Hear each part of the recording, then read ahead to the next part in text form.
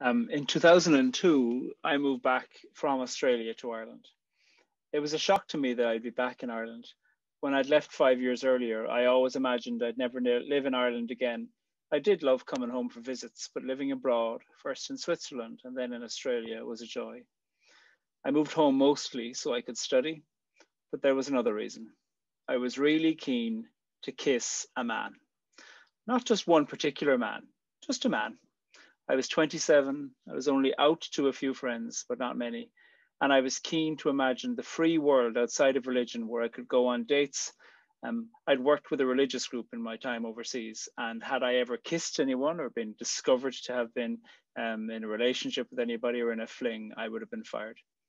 So I gave notice and I packed my stuff in bags and I sent some stuff home to Ireland from Australia and made the move, not to Cork, but to Dublin. I'd already arranged a place to live in Dublin. Three people who I'd known for a long time before, some well, some only peripherally, they were looking for a housemate. And they rented a big old house near Dún Laoghaire, and the rent was affordable, so the trip to move was easy.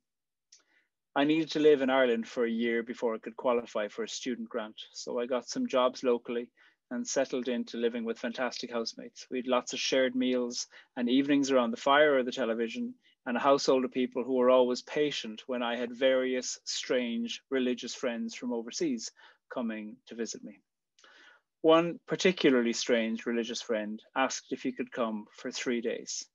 3 days was about all I could imagine coping with him, and I'm an idiot. So I said, yeah, sure. When he arrived, he got off the train, he hugged me, and he goes, I got my times mixed up. I'm staying for 10 days. I hope that's okay. This was the 19th of December. He was staying for Christmas. Jesus, Mary, and Joseph. I had a huge, freezing bedroom. It's the biggest bedroom I've ever had in my life. And I gave my not very welcome guest the bed, and I slept on the sofa that was in the room. And I think that might have been what drove me over the edge. Since I'd come home, I'd been cautiously having a conversation with a guy that I'd met on a gay support group online run by the excellent but now defunct organization Goira. This guy, Jimmy, and I had chatted. It was all very tame. Anyway, with my guest staying, I messaged Jimmy and said, could we meet for a drink? I told my not very welcome friend, who was visiting for 10 days, not 3, that I was working late, and I went out for this drink that might or might not have been my first date. I didn't tell anyone about the date. I wish I had. I'd come back to Ireland and moved away from an overly religious environment so I could be more open about myself, but somehow I couldn't find the words to talk about it to anyone. I didn't fear judgment from my housemates, not at all. They were magnificent, but the problem was me and all those secrets. And now the problem was my visiting for 10 days instead of 3 guests.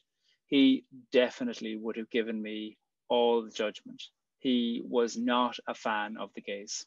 So anyway, I went into the city to meet Jimmy. I was nervous, but actually most of my nervous was centering on the fact that Jimmy had told me he adored Michael Jackson. And I was not a fan of Michael Jackson. Michael Jackson had just dangled a baby over a balcony a few weeks previously, and I thought the man was deranged. And in all the anxiety of going on this date, I was mostly fixating on how am I going to talk to someone whose musical tastes I not only don't share, but actually have fundamental moral disagreements about. So I think that might be what psychoanalysts call displacement or projection, or what Freud might have called being a closeted and kind of fucked up. Freud wasn't a fan of the gays either. Anyway, I met Jimmy, and he was a laugh, total easygoing guy. He had a big family that he loved, a bunch of friends, a job. I can't remember what it was, but it was a job that he was good at and that didn't consume him outside of his work. I told him nervously that I didn't like Michael Jackson, and he laughed and told me I was reading the wrong reports about his favorite pop star. I asked him if he liked reading poetry, and he laughed at me and then said he was more of a fan of Maeve Binchy. And I'd read a few of Maeve Binchy's books when I was away, and I liked them. I liked her style. So we did have some stuff to talk about. He was driving, so he just had one drink. It's all lovely. And after the drink, he said, do you want to do something else? And now I look back and think that he might have had a particular imagination about what I meant with do what he meant, but do something else. But I thought he might have meant something very pleasant. So I said, "Do you want to go for a walk on the North Strand in Clontarf?" And he said, "Sure." The poor man, he looked a bit bewildered. So we went for the walk on a freezing beach in December. And afterwards, when we got into the car, he leant over and he kissed me. And it was the first time I had ever kissed a man. And suddenly we had something we definitely both enjoyed. Michael Jackson, no. Poetry, no. Maeve Binchy, kinda, but not really. Kissing, yes. It was also lovely. And I was frightened and exhilarated, kissing a man in a car next to a beach in Dublin in a dark December night.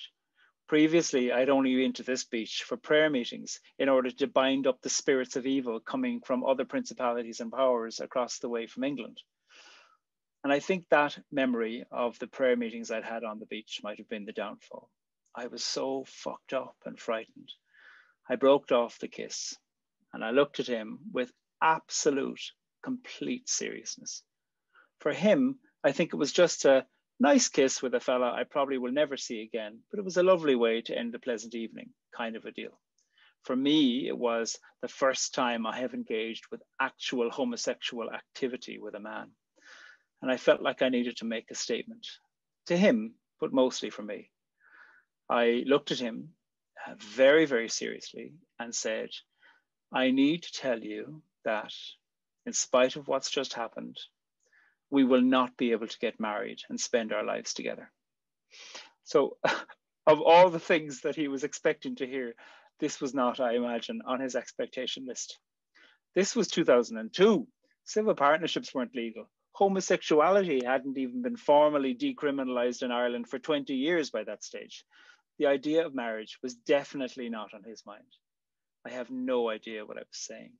I babbled on about how I thought I was going to be a priest and maybe I still should be, and maybe I should consider what I was going to do with my life, and about how secrets weren't good for my life and how I'd moved back from Australia to tell people about myself, but I still hadn't told many people. And I think he could see how frightened I was. And he looked at me and he said, "Do you want to go for a cup of tea?" "Yes," I said. So the idea of a warm cup of tea in my hand was balm. So we drove to some late night takeaway place and we sat in there, loads of others around us eating fish and chips or burgers, and him and me with big cardboard cups of milky tea in our hands. And I saw his kindness then. He'd met someone, me, who was clearly petrified and shocked and possibly deranged, barely out of the closet, who couldn't think about anything other than his own fear. And I was babbling, I knew it. I was telling him about all the monasteries that I'd stayed at trying to figure out becoming a priest. And I knew he was being very kind while I was losing my mind. No rush from him, just a chat. And after we'd finished the tea, he said, "I'll drive you home." When we got to the place where I lived, he got out of the car, gave me a hug and said, "Take care of yourself," and drove off, presumably, kindly as he was, relieved to be rid of this babbling idiot. And I went to my room and went in, trying not to wake my friend who didn't like the gays and who came for 3 days but ended up staying 10 days.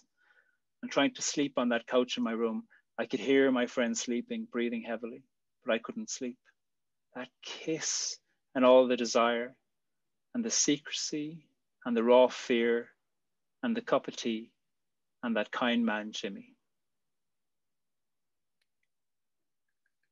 Oh, P, you are the worst gay ever.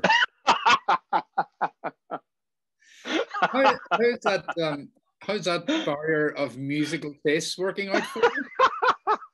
I know, the irony. I know. Yeah. We should tell people that Paul and I share a Spotify account. And you know, at the end of the year, when you get here's been your musical taste of the year, I assume that, you know, Paul's absolute love of Taylor Swift is going to be up in the top 2 or 3, and that my love of, you know, slightly depressing Icelandic orchestral music is going to be at around number 4 or 5. The first 17 songs were all Paul's on our shared Spotify account. Taylor Swift and I don't know who other people. I don't even recognize Katy names. Perry, few show tunes, usual. What you would expect on a very gay playlist. Well, anyway. Not Icelandic awfulness. But anyway, sure. Hey, We're all different. Have you? I mean, did you ever encounter that fella again? I tried to send him a message to say thanks very much for being so nice, and he never got back to me. No surprise, really. He's probably married with 4 kids now.